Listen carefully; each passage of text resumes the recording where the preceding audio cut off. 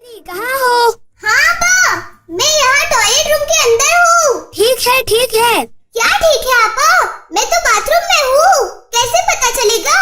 کیا ٹھیک ہے؟ اوفو، ارے عبد الباری اب خاموش رہو، ٹوائلٹ اور باتھ روم کے اندر رہو تو باتیں نہ کیا کرو۔ آپ ہی مجھ سے بات کر رہے ہو، میں تو جواب دے رہا ہوں۔ اوہو، اب چپ بھی کرو۔ آپا کیا ہوا؟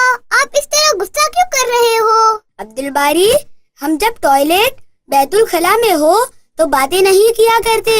لیکن آپا آپ ہی تو مجھے بلا رہے تھے نا۔ ہاں، ایسے میں اپنے دروازے کو اندر سے نوک کر دیا کرو تو پتا چل جائے گا کہ تم اندر ہو، اور بہت ہی زیادہ ضروری ہو تو مختصر میں جواب دے دو۔ بہتر تو یہی ہے کہ باہر آنے کے بعد ہی بات کرو۔ ٹھیک ہے آپا، ویسے بھی مجھے یہ پتا ہے۔ تو پھر کیوں بات کی ہے تم نے؟ وہ میں بھول گیا تھا۔ اچھا، بہرحال تم باہر آتے ہی باتیں شروع کر دیے۔ آپ ہی نے تو کہا تھا کہ باہر آ کر بات کروں۔ ہاں ہاں، لیکن بیت الخلا سے باہر آنے پر پہلے دعا پڑھنی چاہیے۔ او ہاں، میں ابھی پڑھ لیتا ہوں۔ بہت اچھے۔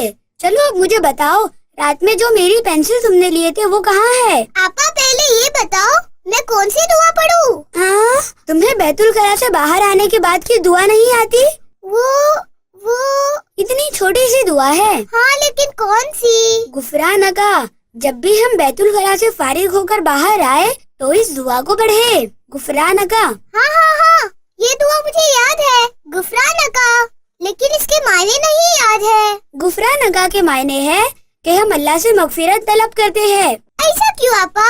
دراصل بیت الخلا اور باتھ روم ایسی جگہ ہوتی ہے جہاں پر گندگی رہتی ہے، اور ہم وہاں اللہ کا نام زبان سے کہہ کر نہیں لیتے، اور ہو سکتا ہے ہمارے دماغ میں چھوٹے موٹے برے وسوسے بھی آئے۔ اسی لیے ہم باہر آتے ہی اللہ سے مغفرت طلب کرتے ہیں کہ ہم وہاں اللہ کا نام نہیں لے پا رہے تھے، اور دوبارہ اللہ کو یاد کرنے لگتے ہیں۔ اچھا، یہ تو بہت اچھی بات ہے کہ ہم ہر کام سے پہلے اور بعد میں بھی اللہ کو یاد کریں۔ تب تو میں اسے واپس پڑھتا ہوں، غفرانکا۔ وعبقری حساب